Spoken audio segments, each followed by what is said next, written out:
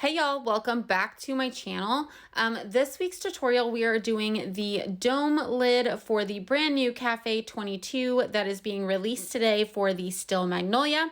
Of course, everything that I use in this tutorial will be listed and linked in the description box down below. Let's get started.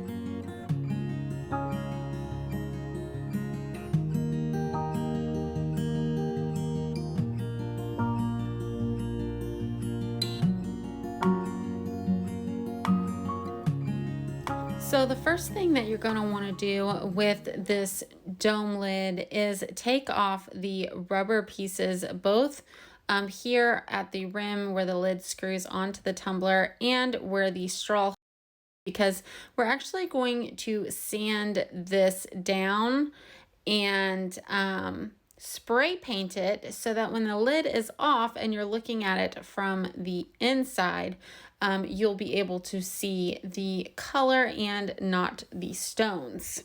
Once you have the rubber pieces removed, you're going to take some tape. I like to use electrical tape because I find that doing these dome lids, because you have to tape it on the outside of the lid here, the little rim, it is quite difficult if you are using regular painter's tape. And since electrical tape stretches, you can kind of manipulate it and make sure that you're going to not only have a straight line all the way around your lid, but you're also going to make sure that it is tight on there so that when we go to spray paint, you're not going to have any issues with spray paint getting where it should not be.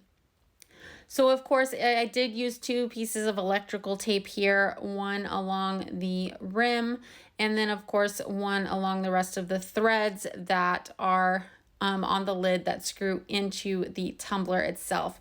I wanted to make sure that I did all of that because we are spray painting the top of this, so I wanted to be sure that we just didn't get any paint there. Keep in mind, this is a plastic lid, so you can't really use acetone to clean up any type of paint because if you do, it will discolor the plastic. So just make sure that you're aware of that and be careful when you're doing this.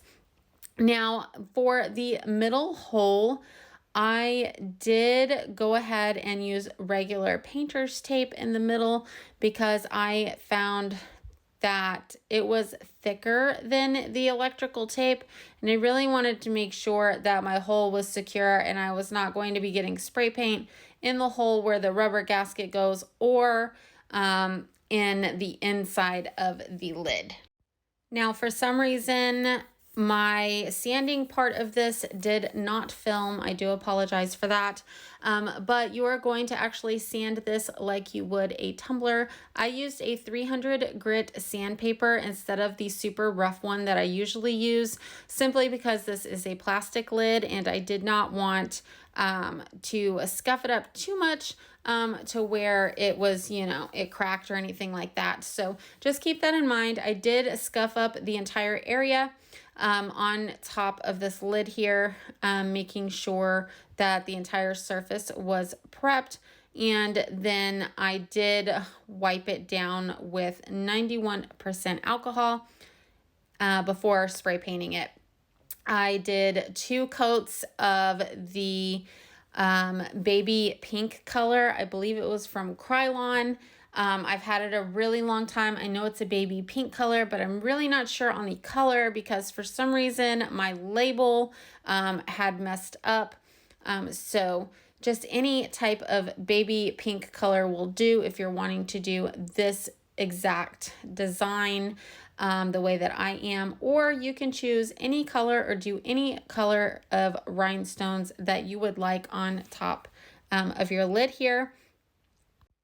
Just try to match your spray paint the best that you can. Now that my dome lid is 100% dry, I am going to keep all of my tape on here until I am absolutely finished rhinestoning, simply because I'm using a 2-part epoxy. I'm using the Bob Smith 2-part epoxy. You can find it at Hobby Lobby over in the model car section. I will try to find it on Amazon and link it down below as well for those of you who cannot find it. I will do my best to have that linked. But I just drop a pea-size amount onto my little sticky note there, and I mix it together. And I use the silicone tool here to apply my epoxy all the way around the lid. Keep in mind that depending on your room temperature depends on how quickly this is going to cure. So this is a 30-minute epoxy, and it is fully cure in 6 to 8 hours. I keep my craft room at about 72 degrees, and I get about 20 minutes of working time with this. So as you can see here, I am going all the way around my dome lid, but please keep in mind, I bling almost on a daily basis. And so I'm quite quick at this now. If you have not done this before, I would just do 2-inch sections at a time to make sure that that epoxy is not going to harden before you get around to the other side. So when I started out doing this lid, I started doing the honeycomb method. I thought that I could do the honeycomb method the entire way up the tumbler, but because it is a dome lid, I think I did maybe 3 rows of honeycomb method and then gave up and just went straight into scatter method. Now along the bottom rim and the top rim where the straw hole goes, you can actually use size SS20 and it fits perfectly all around those 2 rims. So if you wanted to do the 2 rims first and then do the scatter method for in between, it will work out perfectly. If you have never rhinestoned before ever, then I will also put my tutorial for scatter method down in the description box below. That way you can go back and reference that and check that out. Scatter method is my absolute favorite method to work with because there really is no wrong way to do it. So if you've never rhinestoned before, please do not feel intimidated. It is so much fun and you are totally gonna nail it.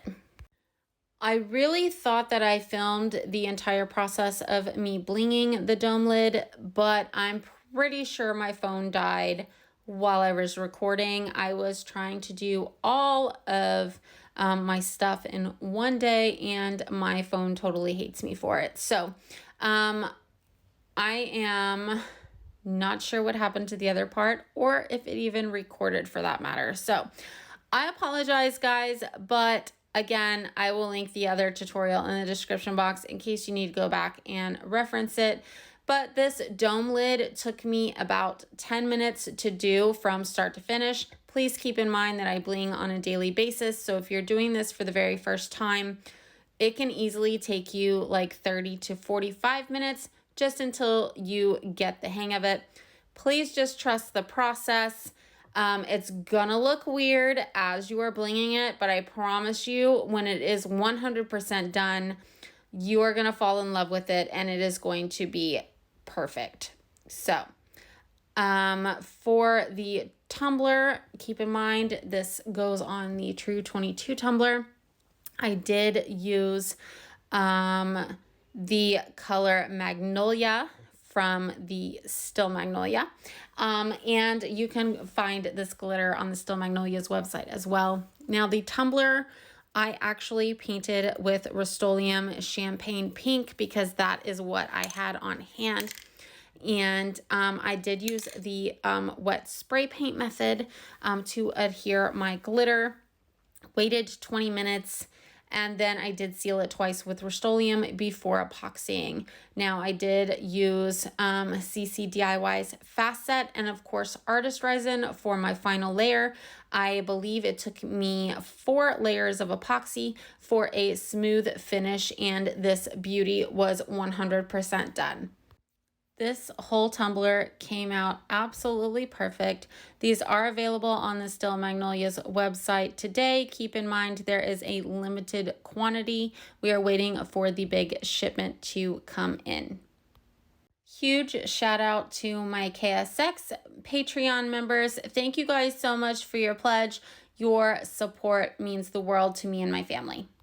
If you like this tutorial, please give me a thumbs up and don't forget to subscribe and hit the bell button so you're notified every time I upload a brand new tutorial. Thank you guys so much for watching, and I will see you next time.